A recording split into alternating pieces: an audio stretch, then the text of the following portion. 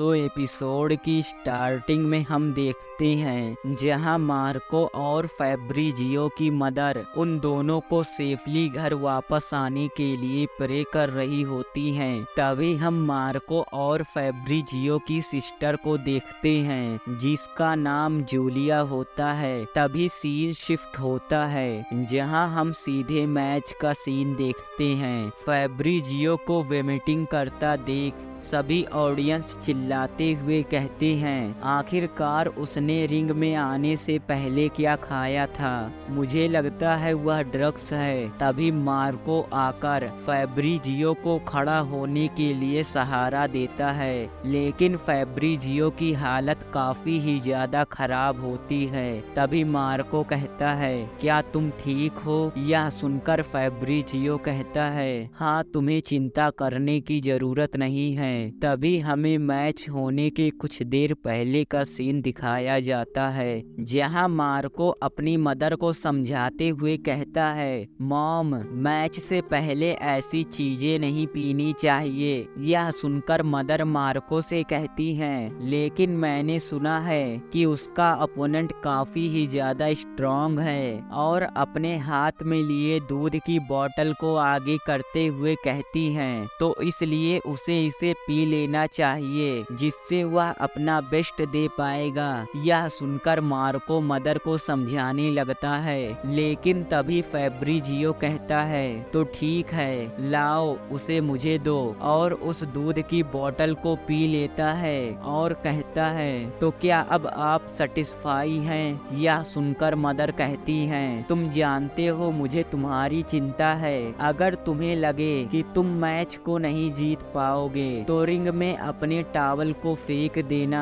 क्योंकि अगर तुम्हें चोट लग गया तो मुझे काफी दुख होगा। तभी फैब्रिजियो गुस्से से कहता है, आपको क्या लगता है मैं नहीं जीत पाऊंगा? मैं उसे क्रश कर दूंगा, इसलिए आपको चिंता करने की जरूरत नहीं है और आप वापस घर चली जाइए। तभी हम फैब्रिजियो को देखते हैं जिसकी हालत काफी ही ज्यादा खराब होती है और मार्को उसके फेस से ब्लड को पोंछ रहा होता है। मदर कहती हैं, लेकिन तभी फैब्रिजियो उनकी बात को काटते हुए कहता है, आप घर जाकर मेरे लिए मीट पाई बनाइए, क्योंकि मैच के बाद मैं उसे खाने आऊंगा। यह सुनकर मदर कहती हैं, तो ठीक है, तुम केयरफुल रहना। तभी सीन प्रेजेंट में आता है जहां फैब्रिजियो की हालत खराब होने की वजह से उसे मार्को की कोई भी बात समझ में नहीं आ रही होती है और वह मार्को से कहता है, मुझे चक्कर आ रहा है, इसलिए थोड़ा धीरे बोलो। फैब्रिजियो की ऐसी क्रिटिकल कंडीशन को देखकर मार्को मन में सोचते हुए कहता है, मैंने जितना सोचा था उसकी कंडीशन उससे भी ज्यादा खराब है और उसे काफी ही ज्यादा डैमेज हुआ है। मुझे लगता है कुछ तो गड़बड़ है। और फैब्रिजियो के लिप्स को देखता है जिसका कलर चेंज हो गया होता है और देखने से लग रहा होता है कि उसे पॉइजन दिया गया है। मार्को यह देखकर हैरान हो जाता है और कोच के की तरफ देखते हुए कहता है, क्या वे लोग हम कोच के को देखते हैं जो उन्हीं दोनों को अपनी तिरछी निगाह से देख रहे होते हैं। तभी हमें कुछ पास्ट का सीन दिखाया जाता है जहां एक डिलीवरी मैन फैब्रिजियो की मदर को एक दूध का बोतल देता है। दूध के बोतल को लेकर फैब्रिजियो की मदर उसे थैंक यू बोलती हैं और फिर वह उस डिलीवरी मैन से पूछती हैं, लेकिन जो पर्सन मुझे डेली दूध को डिलीवर करता था वो कहाँ गया? तभी हम उस पर्सन को देखते हैं जो कोच के का आदमी होता है और वही पर्सन मुस्कुराते हुए कहता है, आज के दिन उसे कुछ काम था इसलिए आज की शिफ्ट मैंने ले ली। सीन शिफ्ट होता है जहां कोच के मार्को को ही काफी ही ज्यादा घूर कर देख रहे होते हैं। तभी हम मार्को को देखते हैं जिसे भी पता चल गया होता है कि उस दूध के अंदर कुछ मिलाया गया था और वह मन में सोचते हुए कहता है, मदर का IQ एवरेज है जिसकी वजह से वह यह नहीं समझ पाई। तभी हम हमें मार्को का पास्ट दिखाया जाता है। मेरा छोटा भाई और मेरी सबसे छोटी बहन, हम तीनों के बाल के कलर अलग अलग थे और यह वही घर है जहां हम बड़े हुए थे। हमारे बेवकूफ फादर ने हमें ऐसे ही अकेले छोड़ दिया था। तभी हम मार्को की मदर को देखते हैं जो उन लोगों से कहती हैं, जल्दी से अपने मिल्क को फिनिश करो। यह सुनकर फैब्रिजियो कहता है, मुझे मिल्क से नफरत है। मुझे नहीं पता उन्हें यह कैसे मिला, लेकिन उनके पास सुबह को हमारे लिए पीने के लिए दूध था। लेकिन मुझे गरीबी या किसी और चीज से नफरत नहीं थी। ऐसा नहीं था कि हम पहले अमीर थे, यह बस एक रास्ता था सरवाइव करने के लिए। तभी मदर फैब्रिजियो से कहती हैं, अगर तुम मिल्क को पीते हो तो तुम काफी स्ट्रॉन्ग और लंबे हो जाओगे। तभी कोई दरवाजे को खटखटाता है और मार्को की मदर जाकर उस दरवाजे को खोलती हैं। तभी एक पर्सन उनके ऊपर चिल्लाते हुए कहता है, तुम्हें पता होगा कि हमें भी जिंदा रहना पड़ता है। अच्छा होगा तुम नेक्स्ट वीक तक रेंट के पैसे तैयार कर लो। यह सुनकर मार्को की मदर उस पर्सन से माफी मांगने लगती हैं। हम लोगों ने दूसरों से थोड़ा जल्दी समझ लिया था कि यह वर्ल्ड एक कोल्ड प्लेस है और आप सिर्फ जिसके ऊपर भरोसा कर सकते हैं वह आपकी फैमिली है। अगले सीन में हम देखते हैं जहां मदर उन दोनों को स्कूल भेजते हुए उन्हें गुड लक कहती हैं। तभी फैब्रिजियो कहता है, हम मॉम को बता नहीं सकते कि हम कभी भी स्कूल नहीं गए।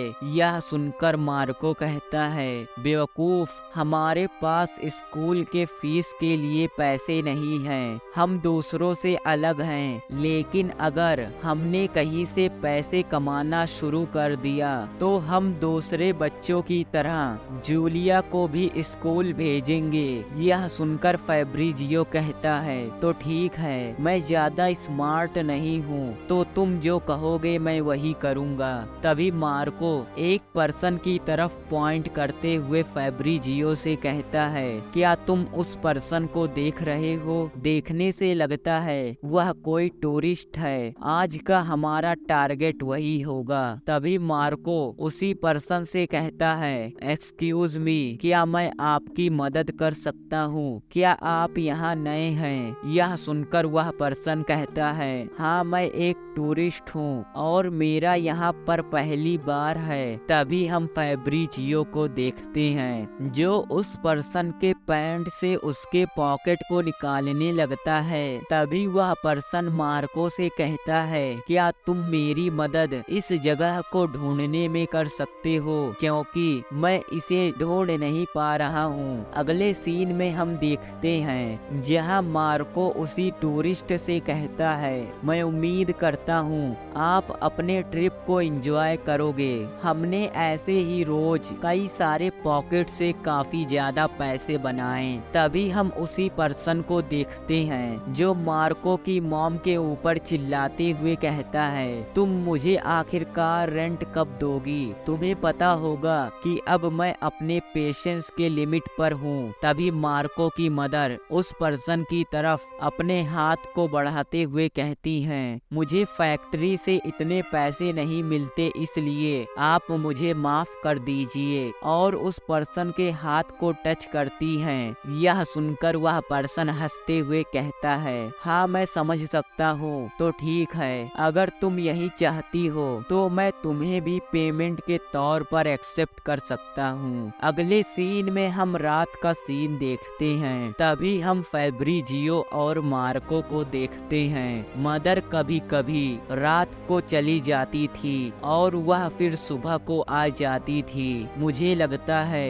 इतना काफी होगा, मैंने काफी सारे पैसे को सेव कर लिया है। और हर रोज की तरह मदर उस दिन भी सुबह को काफी जल्दी आ गई। लेकिन ये दुनिया सबके लिए बराबर नहीं होती। अगर कोई काइंड है तो कोई ईविल है। हम देखते हैं जहाँ फैब्रिक फैब्रिजियो और मार्को किसी और टूरिस्ट को बेवकूफ बनाकर उसके पॉकेट को चुरा रहे होते हैं, जिन्हें यह सब करता हुआ एक अननोन पर्सन देख रहा होता है। अमीर या गरीब या वे लड़के जो स्लम में रहते हैं, तभी हम उसी पर्सन को देखते हैं जो फैब्रिजियो और मार्को से कहता है, तुम दोनों यंग हो लेकिन फिर भी तुम दोनों ने चोरी करना शुरू कर दिया। तभी अगले सीन में हम देखते हैं जहां कोई दरवाजे को काफी तेजी से खोलता है और फैब्रिजियो मार्को को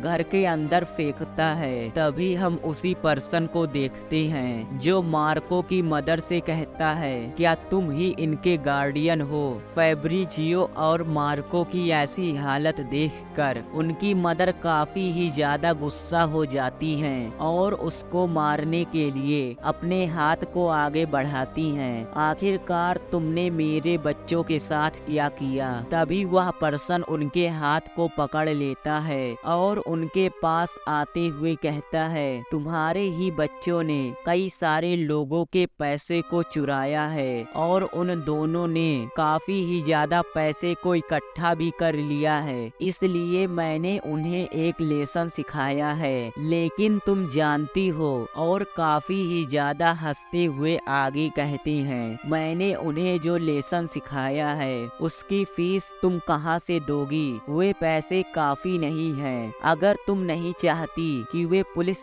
स्टेशन जाएं, तो तुम अच्छे से जानती हो कि तुम्हें मुझे क्या देना पड़ेगा। उस दिन भी मदर घर काफी ही ज्यादा सुबह को आ गई थी। तभी हम देखते हैं जहां मार्को की मदर दरवाजे को खोलती हैं, जिन्हें देखकर साफ साफ पता चल रहा होता है कि उस पर्सन ने उनके साथ कुछ किया है। वह मार्को और फैब्रिजियो को देखती हैं, जिनके हाथ में एक स्टिक होता है, और वह उन दोनों से कहती हैं, क्या तुम दोनों ने सच में दूसरे लोगों के पैसे चुराए हैं? हम दोनों को आखिरकार क्या कहना चाहिए? तभी मदर उन दोनों के पैरों पर स्टिक से मारते हुए कहती हैं, क्या तुम नहीं जानते कि चोरी करना गलत बात है? और काफी ही ज्यादा रोते हुए उन दोनों को मारते हुए कहती हैं, क्या तुम दोनों बड़े होकर एक बुरा पर्सन बनना चाहते हो? बेशक हम जानते थे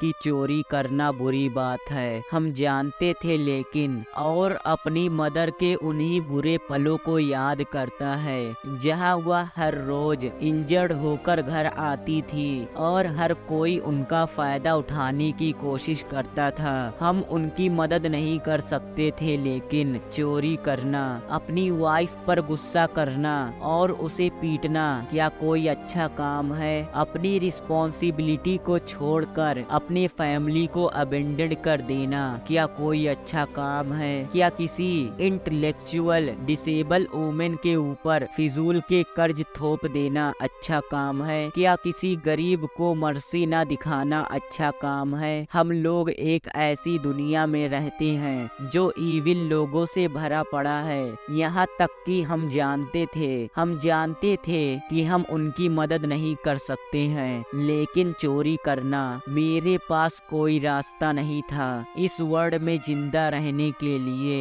एक बुरा पर्सन बनना पड़ता है। तभी हम देखते हैं जहाँ वह स्टिक टूट जाती है। फैब्रिजियो और मार्को के पैर काफी ही ज्यादा इंजर्ड हो जाते हैं। तभी मदर को रियलाइज होता है कि उन्होंने उन दोनों को काफी ही ज्यादा मार दिया है। तभी वह उन दोनों की तरफ जाते हुए कहती हैं, क्या तुम दोनों ठीक हो? और काफी ही ज्यादा रोने लगती हैं। मुझे माफ कर देना क्योंकि मैं एक बेवकूफ हूँ, मुझे सच में माफ कर देना।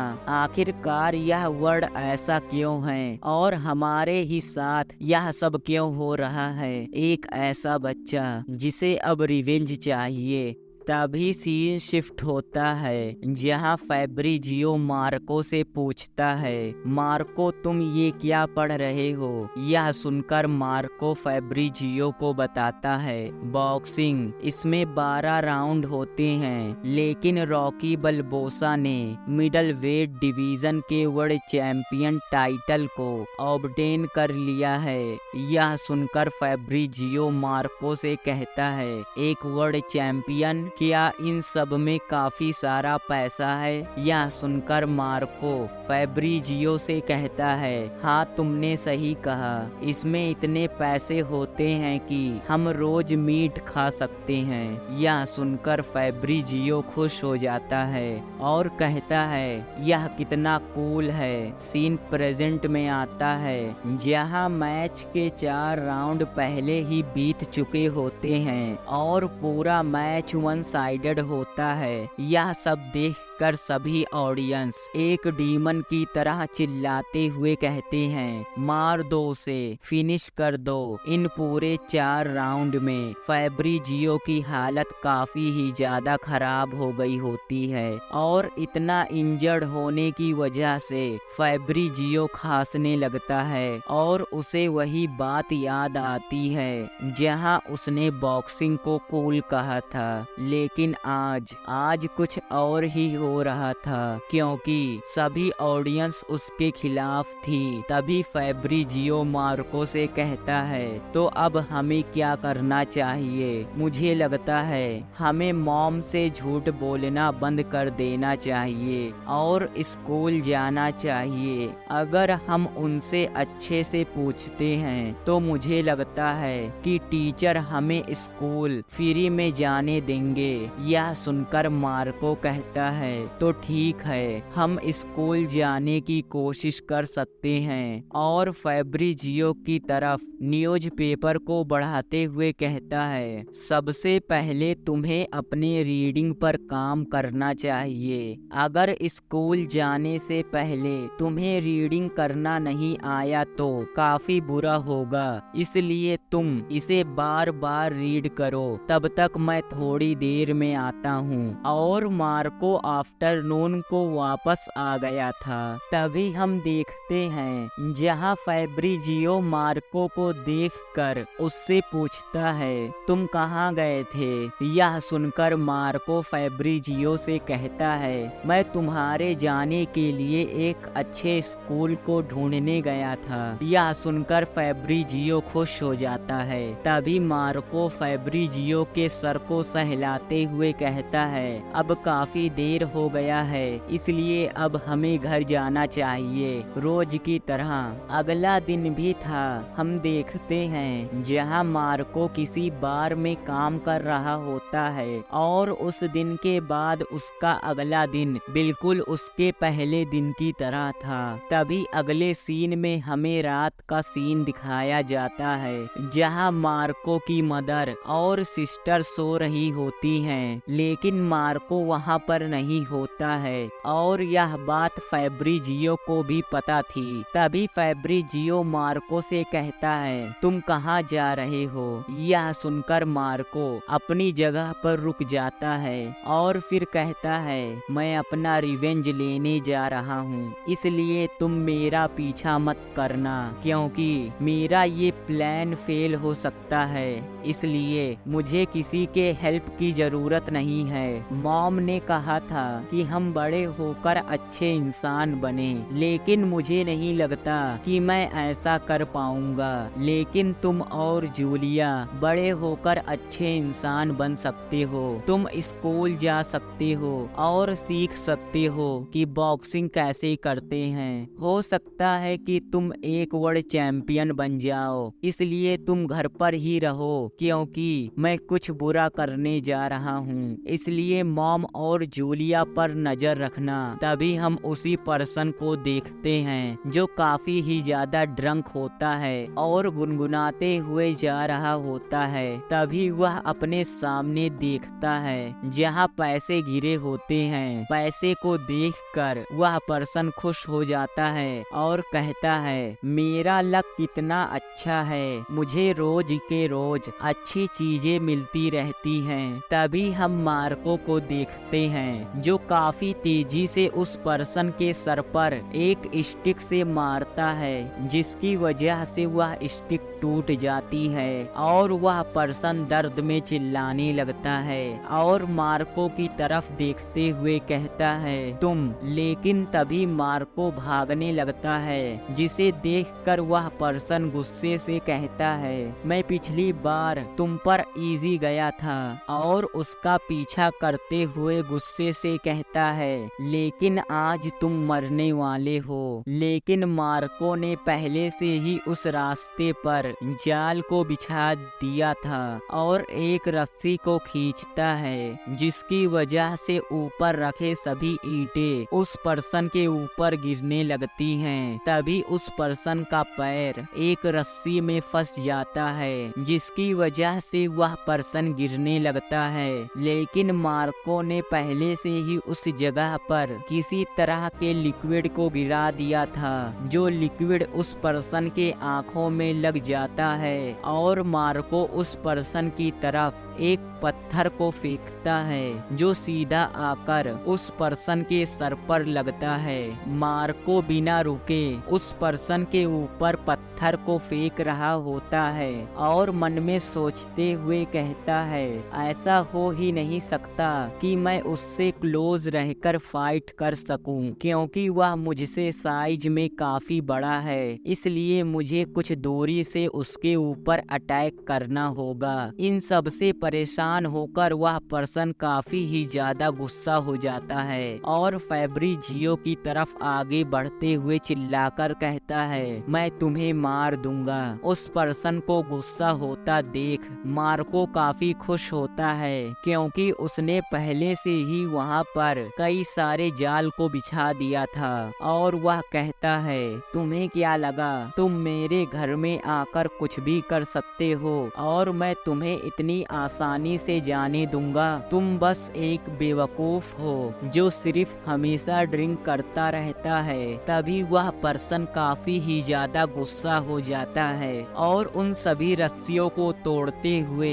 मार्को की तरफ आगे बढ़ने लगता है। यह देखकर मार्को परेशान हो जाता है, लेकिन तभी वह एक रस्सी को खींचता है, जिसकी वजह से एक बड़ा सा पत्थर आकर सीधा उस पर्सन के पीठ पर लगता है, जिसकी वजह से उस पर्सन को काफी डैमेज होता है। लेकिन वह पर्सन तुरंत ही अपने आप को संभाल कर उन सभी रस्सियों को तोड़ते हुए फिर मार्को की तरफ आगे बढ़ने लगता है। यह देखकर मार्को घबरा जाता है। तभी वह फिर से एक रस्सी को खींचता है। रस्सी को खींचता देख उस पर्सन को लगता है कि वह पत्थर फिर पीछे से आने वाला है, जिसकी वजह से वह नीचे झुक जाता है। लेकिन इसका अंदाजा मार्को को पहले से था और तभी एक बड़ा सा पत्थर आकर सीधा उस पर्सन के फेस पर लगता है, जिसकी वजह से वह पर्सन काफी ही ज्यादा गुस्सा हो जाता है और उन सभी रस्सियों को तोड़ते हुए मार्को की तरफ आगे बढ़ने लगता है। इतने क्रिटिकल हिट लगने के बाद भी उस पर्सन को आगे बढ़ता हुआ देख मार्को काफी ही ज्यादा घबरा जाता है और भागने लगता है। मार्को को भागता हुआ देखकर वह पर्सन गुस्से से चिल्लाकर कहता है आज मैं तुम्हें मार दूंगा। तभी वह पर्सन रुक जाता है, क्योंकि मार्को ने अपने हाथ में एक वेपन को लिया होता है। यह देखकर वह पर्सन हंसते हुए कहता है वाओ, तुम्हें क्या लगता है तुम क्या कर रहे हो? क्या तुमने पहले भी किसी को मारा है? तुम्हें क्या लगता है यह सब जानने के बाद तुम्हारी मदर को कैसा फील होगा? और मार्को को डिस्ट्रैक्ट करने के लिए एक छोटे से पत्थर को मार्को की तरफ थ्रो कर देता है। मार्को अपने आप को संभाल पाता तब तक वह पर्सन एक पावरफुल पंच को मार्को के पेट पर मारता है, जिसकी वजह से मार्को की हालत खराब हो जाती है और वह घुटनों पर आ जाता है और खांसने लगता है। तभी वह पर्सन मार्को को बालों से पकड़ता है और कहता है, सबसे पहले तुमने दूसरे लोगों के पैसे को चुराया, अब तुम लोगों को मारने की कोशिश कर रहे हो। और मुस्कुराते हुए कहता है, तुम्हारी आवारा मदर और तुम जैसे बच्चों को यह सब अलाउ नहीं करना चाहिए। तुम लोग ट्रैश हो क्योंकि तुम्हारी मदर तुम जैसे कचरे को पैदा करके इस पूरे वर्ल्ड को कचरे से भर रही है। तुम्हें नहीं लगता कि मैं समाज सेवा कर रहा हूँ तुम जैसे घटिया लोगों को खत्म करके। यह सुनकर मार्को हंसते हुए कहता है, तुम बेवकूफ हो, लेकिन कुछ चीजें तुमने सही कही। यह सब कचरे जो इस पूरी दुनिया में भरे पड़े हैं। और हंसते हुए कहता है, तुम्हें नहीं लगता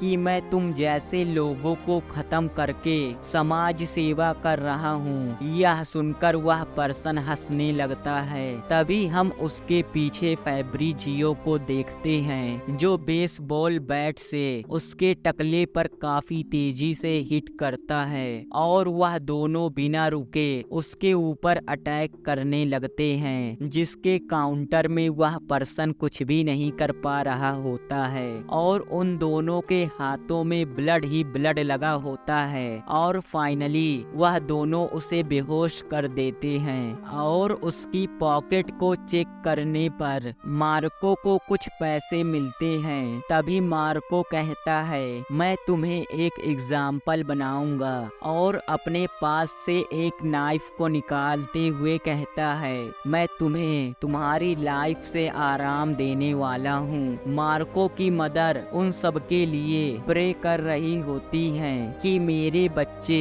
हमेशा हेल्दी रहें और कभी भी हर्ट ना हो। अगले सीन में हम देखते हैं जहां मार्को फैब्रिजियो से पूछता है, तुम यहाँ क्यों आए? यह सुनकर फैब्रिजियो कहता है, मैं इतना स्मार्ट नहीं हूँ तो मुझे नहीं लगता है कि मैं पढ़ पाऊंगा, इसलिए तुम जो करोगे मैं भी वही करूंगा और मैं हमेशा तुम्हारे साथ ही रहूंगा। तभी मार्को फैब्रिजियो से कहता है, तो चलो चले बॉक्सिंग सीखने, तुम और मैं वर्ल्ड चैंपियन बनेंगे। तो फिर कोई नहीं होगा जो हमारी फैमिली को नीची नजर से देख सके। हम सबसे स्ट्रॉन्गेस्ट चैंपियन बनेंगे और उन्हें दिखा देंगे जो हमें नीची निगाह से देखते हैं। अगले दिन उस पर्सन को ढूंढ लिया गया था जो पहले ही पैरालाइज हो गया था। अगले सीन में हम देखते हैं जहां मार्को की मदर एक मीट के पैकेट को लेते हुए मार्को से कहती है,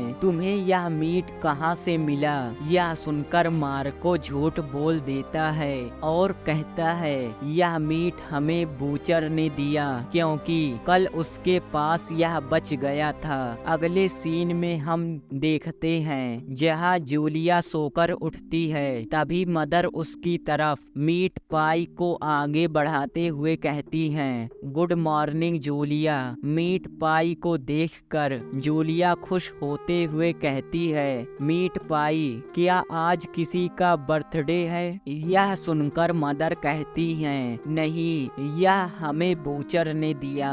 इसकी रेसिपी काफी भयानक थी क्योंकि हमने गंदे पैसे से कुछ मीट को खरीदा था और वह चारों खुश होकर उस मीट पाई को खाने लगते हैं, लेकिन मुझे लगता है कि इतना काफी। अगले सीन में हम देखते हैं जहां मार्को कहता है, मुझे संडे बहुत पसंद है, मुझे चर्च के सुंदर ग्लास पसंद हैं, मैंने आज सुबह को जो खाया था मुझे वो भी पसंद है। मैं जब अपनी फैमिली के साथ ऐसी किसी जगह पर आता हूँ तो मुझे ऐसा फील होता है कि मैं किसी अलग ही दुनिया में आ गया हूँ। इसी वजह से मुझे यह बहुत पसंद है। लेकिन हमने उस दिन जो किया था उन सभी बातों को भुलाकर हम बॉक्सिंग सीखने के लिए अपने आसपास बॉक्सिंग जिम को ढूंढने लगे। तभी हम किसी पर्सन को देखते हैं जो मार्को और फैब्रिजियो से कहता है, क्या तुम काम करने के बदले में बॉक्सिंग सीखना चाहते हो?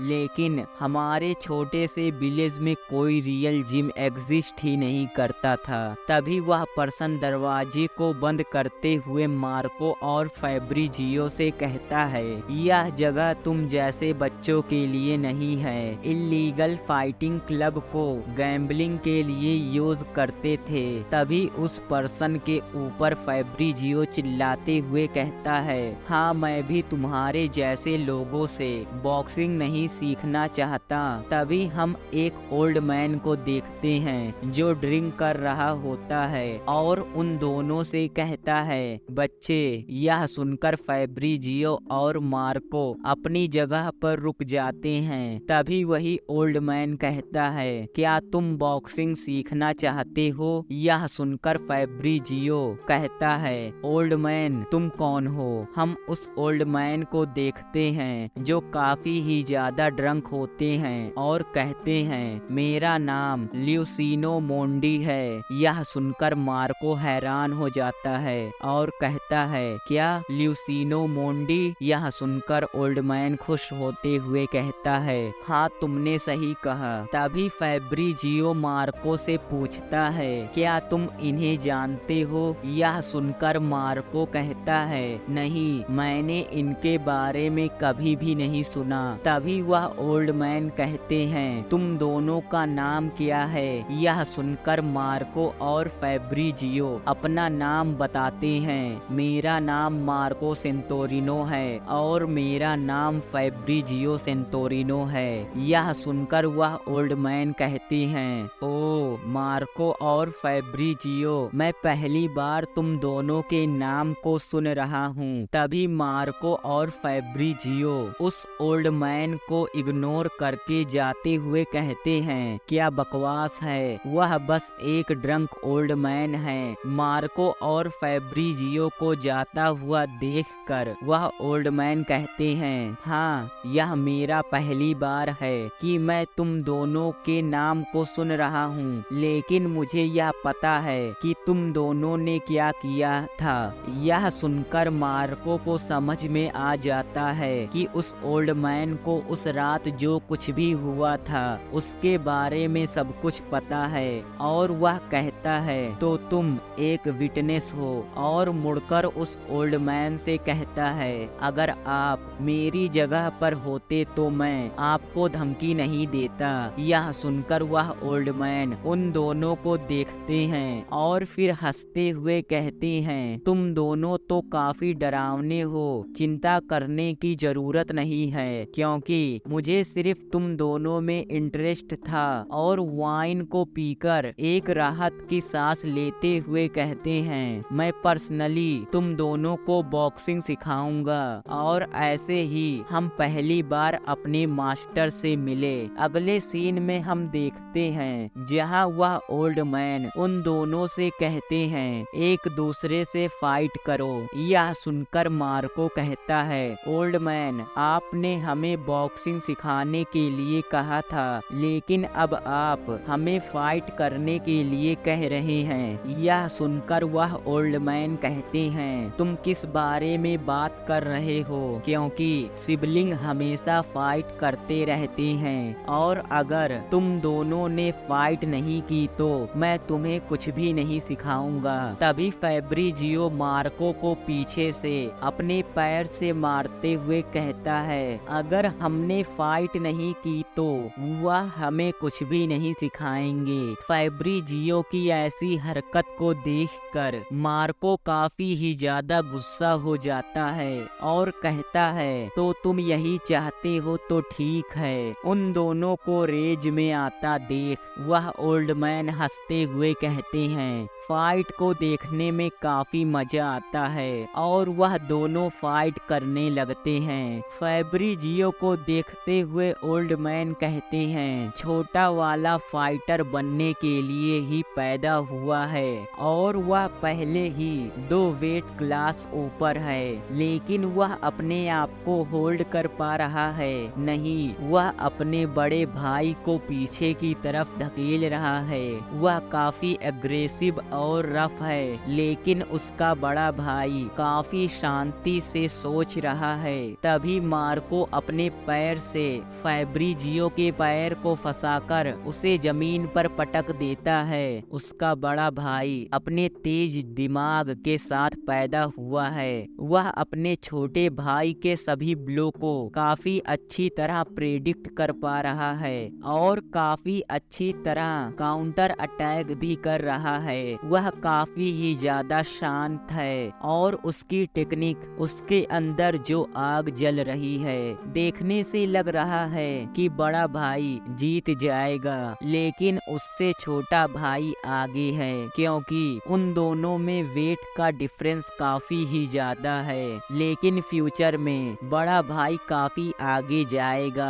Very interesting. तभी वह ओल्ड मैन उन दोनों को रुकने के लिए कहते हैं, लेकिन अंत में फैब्रिजियो मार्को को एक पंच मार ही देता है। अगले सीन में हम देखते हैं जहां वह ओल्ड मैन उन दोनों को समझाते हुए कहते हैं, ध्यान से सुनना क्योंकि बॉक्सिंग के दो साइड होते हैं, पहला फिजिकल बॉक्सिंग और दूसरा मेंटल बॉक्सिंग, लेकिन तुम दोनों के पास सिर्फ बॉक्सिंग की एक ही साइड है। यह सुनकर फैब्रिजियो खुश हो जाता है और कहता है, तो इसका मतलब हमारे अंदर पोटेंशियल है। यह सुनकर ओल्ड मैन कहते हैं, हाँ तुमने सही कहा, लेकिन यह तुम्हारे गोल के ऊपर डिपेंड करता है। आखिरकार तुम बॉक्सिंग क्यों सीखना चाहते हो?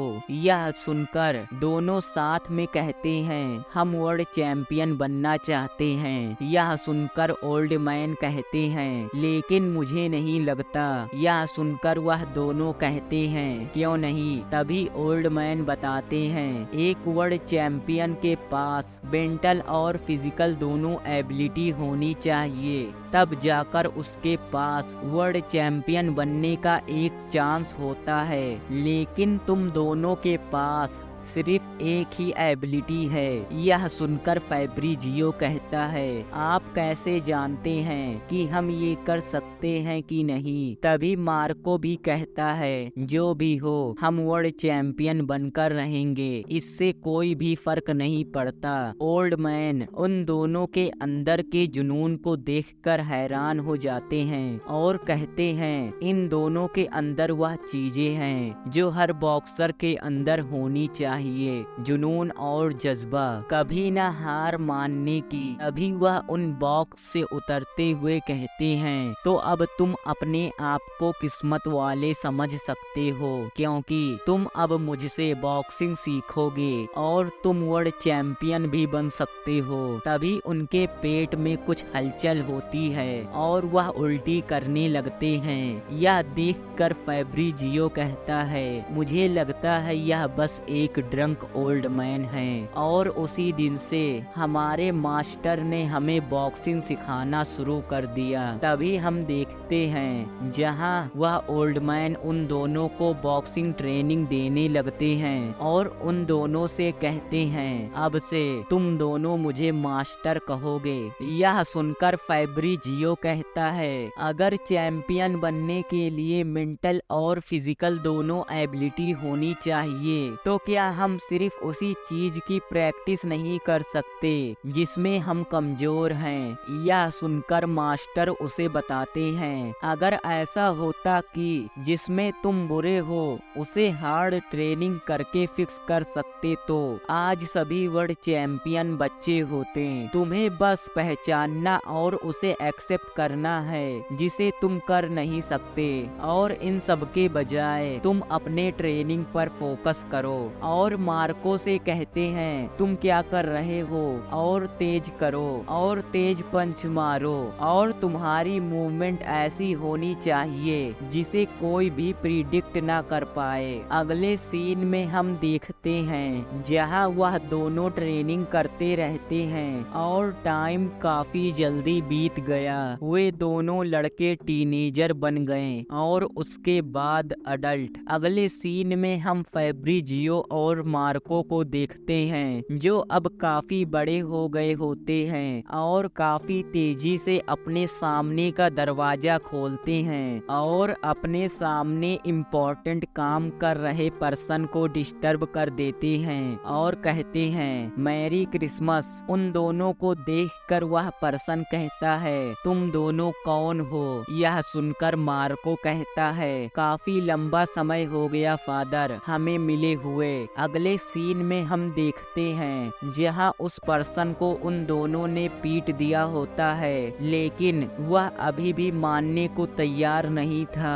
और उन दोनों से कहता है तुम कौन हो और मुझसे क्या चाहते हो? ऐसा हो ही नहीं सकता कि तुम मारिया के सन हो। क्या तुम यह सब उसी कर्ज की वजह से कर रहे हो जो मैंने तुम्हारी माँ के ऊपर थोप दिया था? यह सुनकर मार्को कहता है मैंने पहले ही उन सभी कर्ज को चुका दिया। यह सुनकर उसके फादर चिल्लाते हुए कहते हैं तो क्या प्रॉब्लम है? फिर तुम दोनों यहाँ पर क्यों आए हो? यह सुनकर मार्को कहता है जो तुम दूसरों को देते हो वही तुम्हें वापस मिलता है और यही इस वर्ल्ड का नियम है। और उसकी तरफ किसी तरह के डॉक्यूमेंट को आगे बढ़ाते हुए कहता है इधर साइन करो। यह सुनकर उसके फादर कहते हैं और अगर मैंने रिफ्यूज कर दिया तो? यह सुनकर फैब्रिजियो अपने पीछे खड़े कुछ गुंडों से कहता है बॉयज अंदर आओ और इसे सिखाओ कि डॉक्यूमेंट पर साइन कैसे करते हैं। यह सुनकर वह पर्सन डर जाता है और कहता है ठीक है मैं साइन करता हूँ, तुम चाहो या ना चाहो। लेकिन किसी पर्सन का करिश्मा उसी टाइप के लोगों को अट्रैक्ट करता है। तभी उसी घर में से उसी के फादर की चिल्लाने की आवाज आने लगती है। दो भाई जो गटर में रहते थे लेकिन वह आज वहीं के किंग बन गए हैं। अगले सीन में हम देखते हैं जहां मास्टर उन दोनों को ट्रेनिंग दे रहे होते हैं और कहते हैं हाल ही में मैंने तुम दोनों को इस टाउन के आसपास नहीं देखा, तो तुम दोनों क्या कर रहे थे? यह सुनकर मार्को कहता है क्रिसमस आ रहा है इसलिए हम किसी को गिफ्ट देने गए थे। यह सुनकर मास्टर कहते हैं तो ठीक है, यह तुम्हारा खुद का मामला है, मैं इसमें तुम्हें कुछ नहीं बोलूंगा। मुझे इससे कोई फर्क भी नहीं पड़ता है कि तुम दोनों इस वर्ल्ड को टेक ओवर करना चाहते हो या फिर किसी गैंग के लीडर बनना चाहते हो। जो भी हो, और अपने मन में सोचते हुए कहते हैं जो भी हो मैं उनका फादर नहीं हूँ, यह मेरा बिजनेस नहीं है। और उन दोनों से कहते हैं भूल जाओ। तभी मार्को कहता है क्या आपको गिफ्ट चाहिए? यह सुनकर मास्टर कहते हैं मैं स्ट्रेंजर के गिफ्ट को एक्सेप्ट नहीं करता। यह सुनकर फैब्रिजियो हंसते हुए कहता है वैसे भी हम आपको गिफ्ट देने की प्लानिंग नहीं कर रहे थे। तभी मार्को कहता है क्या इस क्रिसमस आप हमारे घर पर डिनर करना पसंद करेंगे, क्योंकि आप हमेशा ही अपने टाइम को अकेले ही स्पेंड करते हैं। यह एक ऐसा समय है जब सभी फैमिली इकट्ठी होकर जीसस के बर्थ को सेलिब्रेट करती हैं। इसलिए तो क्या इस क्रिसमस को आप हमारे घर आना चाहेंगे? यह सुनकर मास्टर पूरी तरीके से हैरान हो जाते हैं, क्योंकि उन्होंने इसे एक्सपेक्ट नहीं किया था, लेकिन वह अंदर से काफी खुश होते हैं। अगले सीन में हम देखते हैं जहां मार्को अपनी पूरी फैमिली के साथ चर्च में बैठा होता है और चर्च के फादर कहते हैं चलो साथ में क्रिसमस को सेलिब्रेट करें, क्योंकि आज ही बेबी जीसस का बर्थ हुआ था। तभी हम उसी पर्सन को देखते हैं जो हमेशा मार्को के घर रेंट मांगने के लिए आ जाता था और वह काफी ही ज्यादा इंजर्ड होता है, जिसके सामने मार्को और फैब्रिजियो के साथ साथ कई सारे गुंडे खड़े होते हैं। हमें अपने सभी किए हुए बुरे कामों के लिए माफी मांगना चाहिए और अगर आपके साथ किसी ने बुरा किया है तो आपको उसे माफ कर देना चाहिए। सच कहूँ तो यह स्टोरी काफी अच्छी है। अगले सीन में हम मास्टर को देखते हैं जो क्रिसमस के लिए तैयार होते हैं, जिन्हें देखकर फैब्रिजियो कहता है, मुझे नहीं लगा था कि आप इस तरह के आउटफिट को पहन सकते हैं। यह सुनकर मास्टर कहते हैं, हाँ, क्योंकि आज क्रिसमस है और वह तीनों बात करते हुए वहाँ से जाने लगते हैं। मुझे लगा कि आप सिर्फ एक नशेड़ी हो, लेकिन आज आप काफी साफ दिख रहे हैं। क्या तुम्हें जो समझना है समझो, लेकिन यह बात सच है कि मैं एक नशेड़ी हूँ। तभी मार्को मास्टर से कहता है, हम आपसे एक फेवर चाहते हैं, क्या आप इन सभी बातों को सीक्रेट रख सकते हैं? तभी फैब्रिजियो कहता है, क्योंकि हमने अपनी फैमिली से कहा है कि हम कंपनी में काम करते हैं और आपको हमारी कंपनी के बॉस की तरह प्रिटेंड करना है। लेकिन मैं आज तक कभी भी कंपनी में काम करने नहीं गया। तभी फैब्रिजियो अपने सामने देखता है जहां बर्फ गिरना शुरू हो गया होता है और क्रिसमस की वजह से सभी लोग काफी ही ज्यादा खुश होते हैं, जिनको फैब्रिजियो और मार्को देख रहे होते हैं। अगले सीन में हम देखते हैं जहां फैब्रिजियो दरवाजे को खोलते हुए कहता है, मॉम, हम घर वापस आ गए। यह सुनकर मदर कहती हैं, वेलकम बैक, क्या बाहर काफी ठंडी है? तभी वह मास्टर को देखकर मार्को से पूछती हैं, ये कौन है? यह सुनकर मार्को अपनी मदर से कहता है, यह हमारी कंपनी के बॉस हैं। हमने सोचा कि इन्हें भी क्रिसमस के डिनर में ज्वाइन करना अच्छा रहेगा। यह सुनकर मदर मुस्कुराते हुए कहती है, मेरा नाम मारिया सेंटोरिनो है। मैं उम्मीद करती हूँ कि मेरे बच्चों ने आपको परेशान नहीं किया होगा, क्योंकि वे हमेशा ट्रबल क्रिएट करते रहते हैं। यह सुनकर मास्टर मुस्कुराते हुए कहते हैं, नहीं मैम, वे दोनों अपना काम काफी अच्छे से करते हैं और आपसे मिलकर अच्छा लगा। मैं ल्यूसिनो मोंडी हूँ। तभी मदर उन सभी का वेलकम करते हुए कहती हैं, बाहर काफी ठंडी है, इसलिए आप सब अंदर आ जाइए। तब तक मैं आपके लिए कुछ डिलीशियस बनाती हूँ। यह सुनकर मास्टर मार्को की मदर को थैंक यू बोलते हैं। तभी हम जूलिया को देखते हैं जो कहती है, हे गाइस। तभी उसकी नजर मदर पर पड़ती है, जिन्हें देखकर वह कहती है, ये बालों वाले ग्रैंपा कौन हैं? यह सुनकर फैब्रिजियो हंसने लगता है। तभी मदर जूलिया को बताती हैं, जूलिया,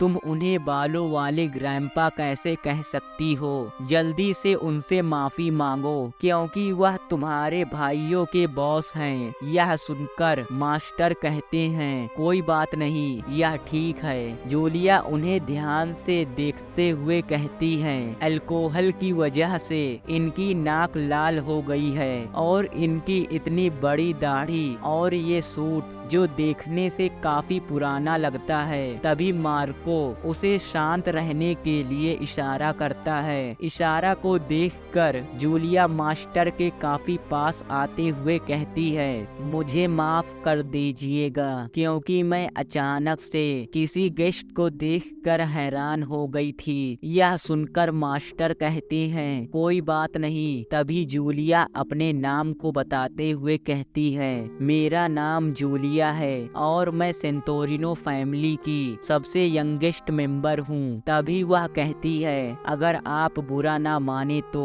क्या मैं आपकी दाढ़ी को टच कर सकती हूँ? यह सुनकर मास्टर कहते हैं, ऑफ कोर्स। तभी जूलिया उनकी दाढ़ी को टच करते हुए कहती है, यह सच में काफी अच्छा है और काफी फ्लफी है। इन सब से परेशान होते हुए मास्टर मार्को की मदर से कहते हैं, मैम प्लीज अपनी डॉटर को रोकिए। तभी हम मार्को की मदर को देखते हैं जो काफी ही ज्यादा सीरियस होती हैं, जिन्हें देखकर मास्टर हैरान हो जाते हैं। तभी कुछ अनएक्सपेक्टेड चीज होती है, क्योंकि वह दोनों काफी ही ज्यादा खुश होकर मास्टर के दाढ़ी को टच करने लगते हैं, जिसकी वजह से मास्टर की हालत काफी ही ज्यादा खराब हो जाती है। उन सभी को इतना खुश देखकर फैब्रिजियो कहता है उन्हें आज जितना एंजॉय करना था वे उससे भी ज्यादा एंजॉय कर रहे हैं। अगले सीन में हम देखते हैं जहां मदर सबके लिए मीट पाई को बनाकर लाती हैं और खाने को खाने से पहले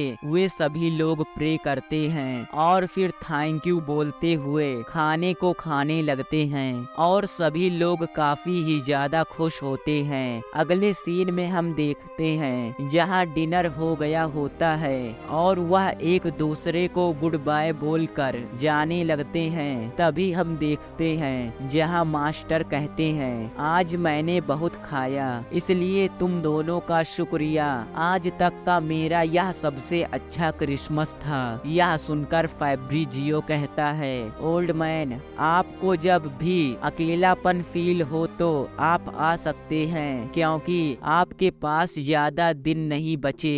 यह सुनकर मास्टर कहते हैं मैं अभी भी जिंदा हूँ बेवकूफ। तभी मार्को कहता है क्या आप बस हमारे साथ रह नहीं सकते। यह सुनकर मास्टर कहते हैं भूल जाओ इसके बारे में, तुम ऐसा इसलिए कह रहे हो क्योंकि आज क्रिसमस है, मैं स्ट्रीट से बिलोंग करता हूँ। यह सुनकर मार्को और फैब्रिजियो उदास हो जाते हैं। तभी मास्टर बात को बदलते हुए कहते हैं जैसा कि मैंने तुमसे सुबह में कहा था मुझे इससे कोई फर्क नहीं पड़ता जिस बॉक्सिंग को मैंने तुम्हें सिखाया है तुम दोनों उसके साथ क्या करते हो। तुम दोनों बस बॉक्सिंग पर फोकस करो, यहाँ पर तुम्हारा कोई एनिमी नहीं है। जब तुम यहाँ से बाहर निकलोगे तो पता चलेगा कि इस वर्ल्ड में कितने ज्यादा स्ट्रॉन्ग लोग एग्जिस्ट करते हैं और हाल ही में यहाँ के स्ट्रीट पर कुछ हुआ है। यह छोटा सा विलेज जिसके बारे में कोई कुछ नहीं जानता, यहाँ पर एक माफिया अपने एरिया को एक्सपेंड कर रही है।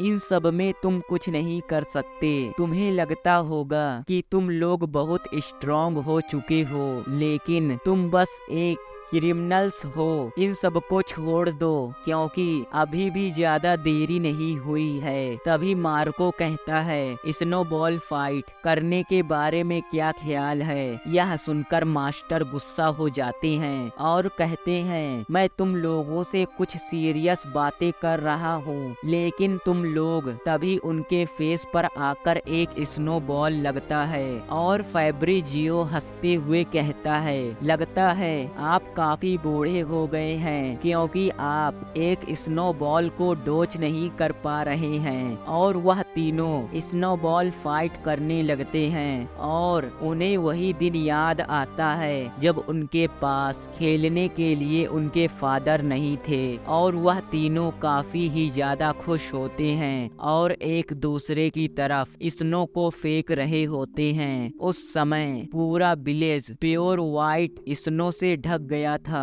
और सभी डिस्गस्टिंग अपीयरेंस गायब हो गया था। तभी मार्को कहता है मास्टर हम अपने वर्ल्ड चैंपियन बनने के ड्रीम को अबेंडन नहीं कर सकते हैं लेकिन कम से कम उतने समय के लिए हम इस विलेज का ध्यान रख सकते हैं। हम पहले से ही जानते हैं जैसा आपने कहा हम बस एक क्रिमिनल्स हैं लेकिन इस वर्ल्ड में काफी कचरा है और किसी की जरूरत है इन सब कचरे को साफ करने के लिए। वे कचरे जो एक दूसरे में डिफरेंस करते हैं तो ये दुनिया छोटी सी क्लीनर बन सकती है। मुझे यकीन है कि हमने जो बुरा काम किया है उसे एक दिन पे करना होगा और उस दिन को मैं खुशी से एक्सेप्ट करूंगा। तभी मास्टर कहते हैं तुम दोनों क्या कर रहे हो, मुझे इससे कोई फर्क नहीं पड़ता। सभी लोगों को एक दिन अपने सभी ही बुरे कामों के प्राइस को पे करना पड़ता है, लेकिन कम से कम सिर्फ आज के लिए, बस आज के लिए मैं देखूंगा कि तुम दोनों क्या कर रहे हो। और ऐसे ही कुछ दिन बाद मास्टर ने अपनी लाइफ को उसी माफिया की वजह से खो दिया। अगले सीन में हम देखते हैं जहाँ जूलिया अपनी मदर से कहती है, मॉम आप उस पर्सन के बारे में क्या सोचती हैं जो हमारे घर आए थे, वह काफी क्यूट थे। यह सुनकर मदर कहती हैं, हाँ तुमने सही कहा। तभी जूलिया आगे कहती है, आप उनके बारे में क्या सोचती हैं? यह सुनकर मदर कहती है, तुम्हारा मतलब क्या है? यह सुनकर जूलिया कहती है, वे मार्को और फैब्रिजियो से काफी अच्छे से बर्ताव कर रहे थे और देखने से वे काफी अच्छे पर्सन लग रहे थे। तभी वह अपनी मदर की तरफ देखती है और कहती है, मॉम, क्योंकि अचानक से उसकी मदर के नाक से खून निकलने लगता है। अगले सीन में हम देखते हैं जहां यू फैब्रिजियो को काफी ही ज्यादा पावरफुल पंच मार रहा होता है, जिसकी वजह से फैब्रिजियो की हालत काफी ही ज्यादा खराब हो जाती है। तभी हम चर्च का सीन देखते हैं जहां जूलिया अपनी मदर से कहती है, मॉम समय हो गया, अब हमें जाना चाहिए। यह सुनकर मदर कहती है, हाँ तुमने सही कहा, चलो चले। तभी वह नीचे की तरफ गिरने लगती हैं, जिन्हें संभालते हुए जूलिया कहती है, क्या आप ठीक है? यह सुनकर मदर कहती हैं, माफ करना, मुझे बस थोड़ा सा चक्कर आ रहा था। तभी हम फैब्रिजियो को देखते हैं जो हाफ रहा होता है और कहता है, क्या तुम्हें मिल गया? और हंसते हुए कहता है, तुम अपने बेस्ट मूव से मेरे ऊपर अटैक करो।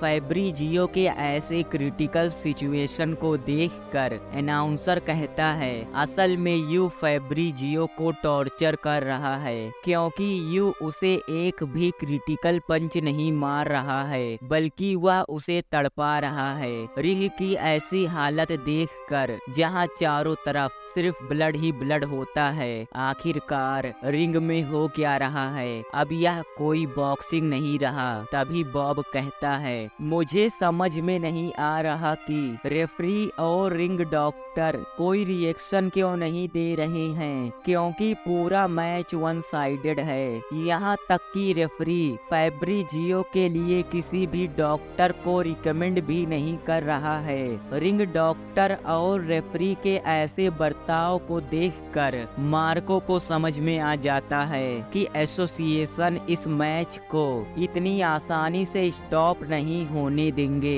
जब तक हम टावल को फेंक नहीं देते। यह एक्सीलेंट इंटरटेनमेंट है, जाहिर तौर पर वह लोग इसे इतनी आसानी से खत्म नहीं करेंगे। सभी ऑडियंस जो बिल्कुल एक मॉन्स्टर की तरह चीयर कर रहे होते हैं, उन्हें रिंग में ब्लड को देखकर और भी ज्यादा मजा आ रहा होता है। इस दुनिया में इससे ज्यादा कुछ भी इंटरटेनिंग नहीं है। जब एक विलन के ऊपर पत्थर फेंका जाता है, तभी बेल रिंग होती है और एक भयानक राउंड खत्म होता है, लेकिन अभी भी सिर्फ 4 ही राउंड हुए होते हैं। तभी हम मार्को को देखते हैं जो फैब्रिजियो से कहता है, चलो इस मैच को गिव अप कर देते हैं। तुम अगर अपने टाइटल को लूज कर देते हो फिर भी इससे कोई फर्क नहीं पड़ता, क्योंकि हमारे पास पैसे कमाने के लिए अभी भी काफी तरीके हैं। तभी फैब्रिजियो कहता है, मार्को तुम किस बारे में बात कर रहे हो, क्योंकि तुम भी जानते थे कि एक दिन ऐसा जरूर आएगा। तभी टाइम खत्म हो जाता है और फैब्रिजियो रिंग के सेंटर की तरफ जाते हुए कहता है, मैं गेम से निकलकर ह्यूमिलेट नहीं होना चाहता।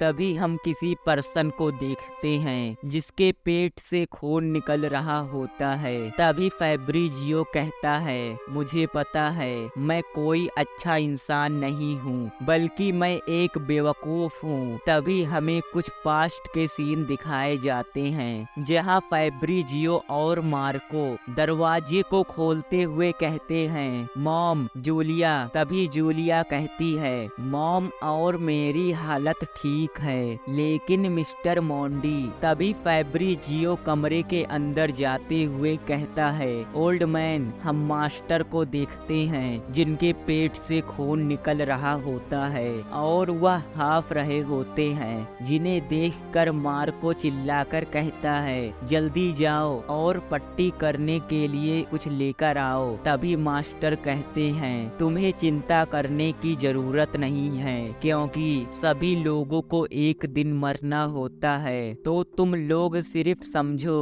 कि मेरा वह दिन आज ही है। ध्यान से सुनना। तभी 5वां राउंड स्टार्ट होता है और यू फैब्रिजियो के सामने एक मॉन्स्टर की तरह खड़ा होता है, जिसे देखकर फैब्रिजियो कहता है, आओ मेरे ऊपर अटैक करो। अगर मैं सच कहूँ तो तुम दोनों बॉक्सिंग के कंपेयर में मॉबस्टर्स में ज्यादा शूट करते हो। अगर तुम दोनों चाहो तो पूरे अंडरवर्ल्ड में अपना एक पावरफुल फिगर तैयार कर सकते हो, लेकिन तुम लोगों को कभी भी अंडरवर्ल्ड के पाथ पर नहीं चलना है। अपनी फैमिली के साथ इस जगह को तुरंत ही छोड़कर चले जाओ और जाकर एक बॉक्सर की तरह अपनी लाइफ को जियो। लेकिन तुमने जो गोल्डन फ्यूचर का सपना देखा है वो तुम्हें कभी भी नहीं मिल सकता, क्योंकि इस वर्ल्ड में काफी सारे जीनियस हैं। इससे कोई फर्क नहीं पड़ता कि तुम कितनी कोशिश करते हो, क्योंकि तुम कभी भी उन्हें सरपास नहीं कर सकते।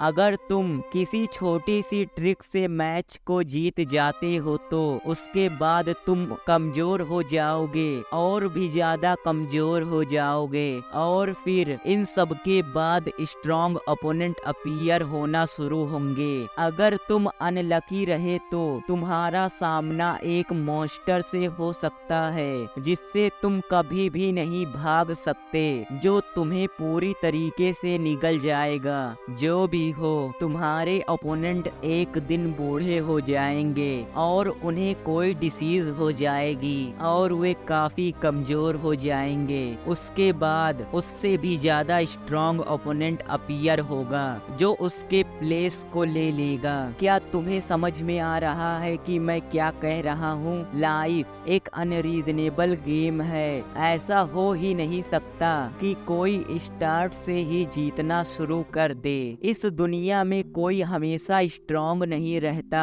और ना ही कोई हमेशा जीतता रहता है। कुछ मूवमेंट के लिए लोग हॉनर और हैप्पीनेस के लिए अपनी पूरी लाइफ स्ट्रगल करते रहते हैं और आखिर में जाकर मर जाते हैं। यही चीज लाइफ है। हमें मास्टर के पास्ट लाइफ के कुछ पैनल दिखाए जाते हैं और मास्टर कहते हैं, और मेरी लाइफ ऐसी ही थी। मुझे नहीं पता कि इसका कोई मीनिंग है कि नहीं। मुझे नहीं पता कि मैंने जो बॉक्सिंग तुम्हें सिखाया है उसका कोई मीनिंग है कि नहीं। फैब्रिजियो सेंटोरिनो और मार्को सेंटोरिनो, मुझे नहीं पता, लेकिन अगर तुम अपने एवरेज टैलेंट के साथ चैंपियन नहीं बन सकते तो जाओ और अपनी लाइफ को एक बॉक्सर की तरह जियो। अगले सीन में हम देखते हैं जहां डॉक्टर मार्को और फैब्रिजियो को बताता है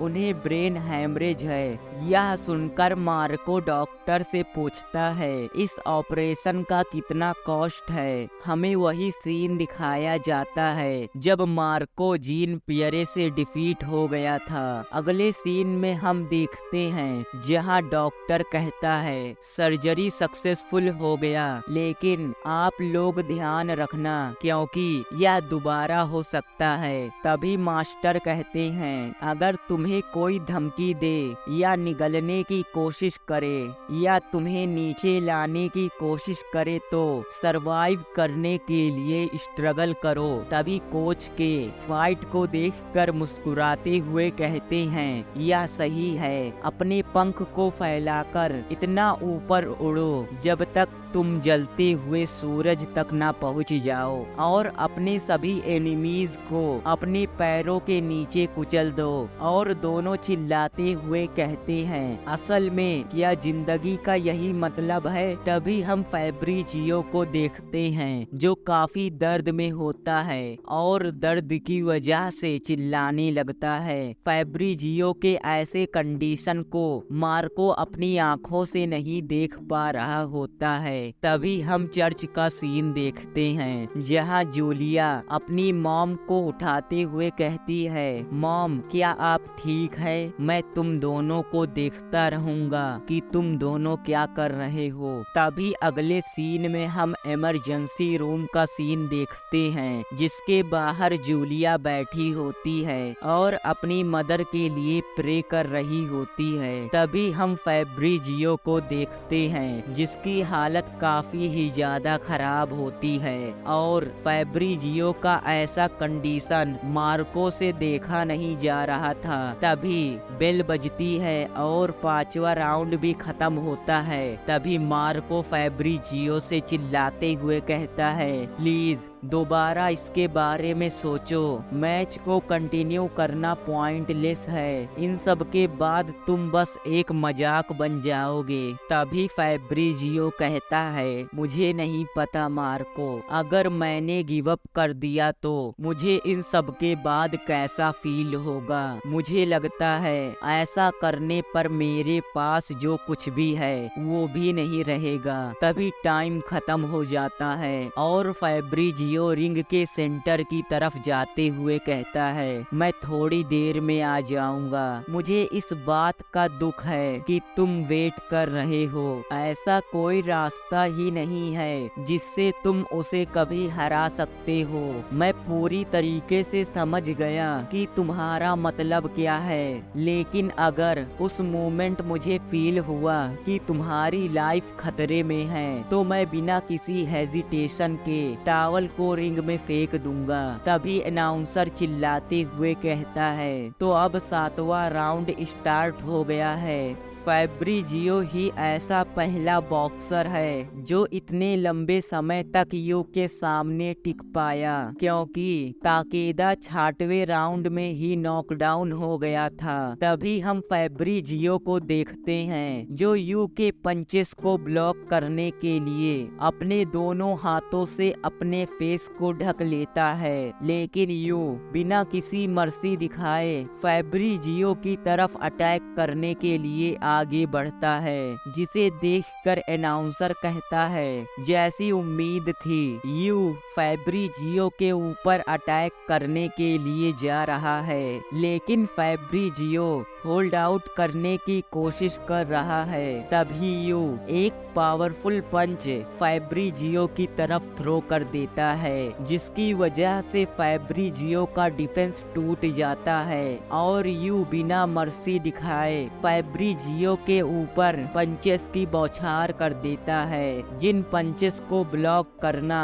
आसान काम नहीं था। तभी हमें फिर वही सीन दिखाया जाता है जहां फैब्रिजियो मार्को से पूछता है, मार्को तुम एक चैंपियन बनने के बाद क्या करोगे? यह सुनकर मार्को कहता है, मैं एक बड़े से घर में अपनी पूरी फैमिली के साथ रहना चाहता हूँ। यह सुनकर फैब्रिजियो कहता है, कितना छोटा सपना है। यह सुनकर मार्को कहता है, क्या तो तुम क्या करना चाहते हो? फैब्रिजियो कहता है, मैं खुद की एक कंट्री बनाऊंगा जहां सिर्फ अच्छे लोग रहेंगे और बुरे लोगों को एग्जीक्यूट कर दिया जाएगा। तभी हम देखते हैं जहां 8वां राउंड स्टार्ट हो जाता है, लेकिन फैब्रिजियो की हालत काफी ही ज्यादा खराब होती है। इस मैच को कंटिन्यू रखना मीनिंगलेस है। फैब्रिजियो यू के सामने सही से खड़ा भी नहीं हो पा रहा था। इससे कोई भी फर्क नहीं पड़ता है, मैं स्ट्रगल करता रहूंगा इस पूरे मैच के अंत तक। लेकिन फैब्रिजियो को यू के एक भी पंच नहीं दिख रहे होते हैं। तभी राउंड 9वां स्टार्ट होता है। आखिरकार यह वर्ड क्या है? सभी ऑडियंस इस खौफनाक नजारे को देखकर मजे ले रहे होते हैं और कोई किसी के लिए प्रे कर रहा होता है। आखिरकार लाइफ क्या है? हम देखते हैं जहां फैब्रिजियो हमेशा मार्को के ऊपर डिपेंड रहता था, वे दोनों हमेशा साथ में हर सिचुएशन में खड़े रहते थे। तभी 10वां राउंड स्टार्ट होता है। मुझे काफी सैड फील हो रहा है। ये पूरी दुनिया सैडनेस और हेट से भरी पड़ी है। दुख की बात है कि लोगों को सरवाइव करने के लिए स्ट्रगल करना पड़ता है। फैब्रिजियो की ऐसी हालत को मार्को देख नहीं पा रहा था और 11वां राउंड स्टार्ट होता है। हम पूरे रिंग के मंजर को देखते हैं जहां पूरा रिंग खून की वजह से लाल हो गया होता है। मैं इस लाइफ से दुखी और डरता हूं। तभी फाइनल राउंड स्टार्ट होता है। हम फैब्रिजियो को देखते हैं जहां इतने सारे पंचेस की वजह से फैब्रिजियो का फेस पूरी तरीके से डिस्ट्रॉय हो गया होता है। लेकिन यह शॉकिंग था कि इतने डैमेज के बाद भी वह अपने पैरों पर खड़ा था। अभी मार्को रिंग के अंदर टॉवल को फेंकते हुए कहता है, इतना काफी है, तुमने काफी अच्छा काम किया। लेकिन तभी उसके हाथ को एक गार्ड पकड़ लेता है। मार्को अपने साइड में देखता है जहां 2 गार्ड होते हैं। उनमें से एक गार्ड कहता है, एसोसिएशन नहीं चाहता कि मैच का एंडिंग बोरिंग हो। यह सुनकर मार्को शॉक हो जाता है। आखिरकार सही क्या है और क्या गलत? सही और गलत से एक नेशन आसानी से डिस्ट्रॉय हो सकता है। मैं प्रे करती हूँ कि मेरी मॉम ठीक हो जाएं। तभी मार्को गुस्से से कहता है, यह सब तुमने प्लान किया था। इस मैच के शुरुआत से ही बॉक्स ऑफिस को इस मैच से कोई मतलब नहीं था। यह सब सिर्फ फैब्रिजियो को एग्जीक्यूट यानी मारने के लिए किया जा रहा है। मैं प्रे करती हूँ कि मार्को और फैब्रिजियो सेफली वापस आ जाएं। तभी मार्को चिल्लाते हुए फैब्रिजियो से कहता है, फैब्रिजियो जल्दी से रिंग के बाहर आओ। यह सुनकर फैब्रिजियो जैसे ही पीछे मुड़कर देखता है, तब तक यू उसके फेस पर एक पावरफुल पंच मारता है, जिसकी वजह से फैब्रिजियो जाकर रिंग के कॉर्नर से टकराता है। लेकिन यू बिना किसी मर्सी के फैब्रिजियो को एक और पावरफुल पंच मारता है, जिसकी वजह से खून के छींटे चारों तरफ फैल जाते हैं और मार्को घबरा जाता है। यू मैच के खत्म होने से पहले फैब्रिजियो के ऊपर पंचेस की बौछार कर देता है, जिसके काउंटर में फैब्रिजियो कुछ भी नहीं कर पा रहा था, क्योंकि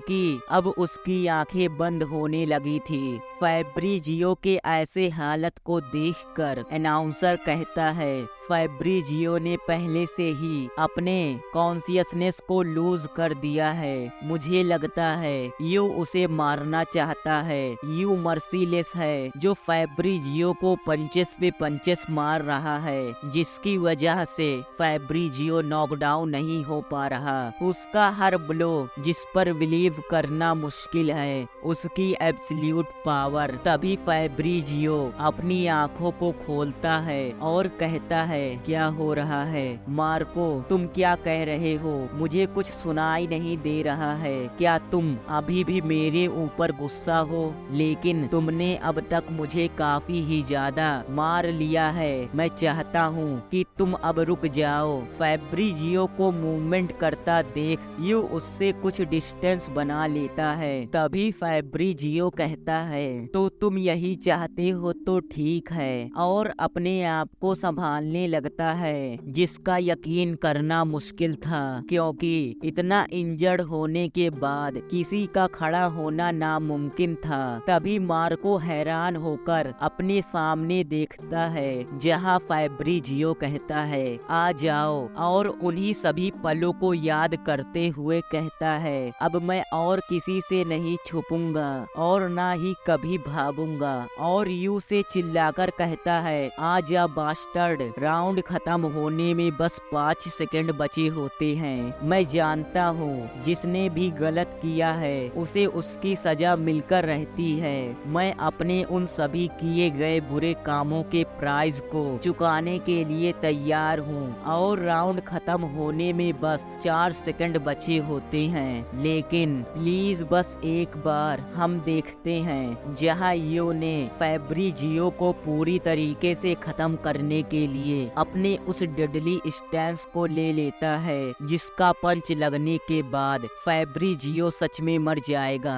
तभी फैब्रिजियो कहता है, बस एक बार, क्या तुम हमें माफ कर सकते हो मिस जूलिया सेंटोरिनो? अब आप अंदर आ सकती हैं। प्लीज बस एक बार फिनिश करो उसे। तभी यू उसकी तरफ काफी तेजी से आगे बढ़ता है। क्या बस एक बार तुम हमें माफ कर सकते हो? लेकिन इन सभी बातों का यू के ऊपर कोई भी फर्क नहीं पड़ रहा था। उस ड्रग्स की वजह से यू को कुछ भी समझ में नहीं आ रहा था। तभी बूम, और चारों तरफ सिर्फ खून ही खून फैल जाता है, जिसे देखकर सभी की सांसें रुक जाती है और हैरान होकर उसी तरफ देखने लगते हैं। लेकिन कोच के खुश नहीं होते हैं। तभी हमें एक पर्सन दिखाया जाता है जो कहता है, मैंने तुमसे कहा था कि जब तुम स्ट्रांग हो जाओगे तब मैं तुमसे मिलने आऊंगा। हम देखते हैं जहां उसी पर्सन ने यू के उस डेडली पंच को सिर्फ अपने एक ही हाथ से रोक दिया था, जो यू का सबसे स्ट्रॉन्गेस्ट पंच था, जिसके लगने से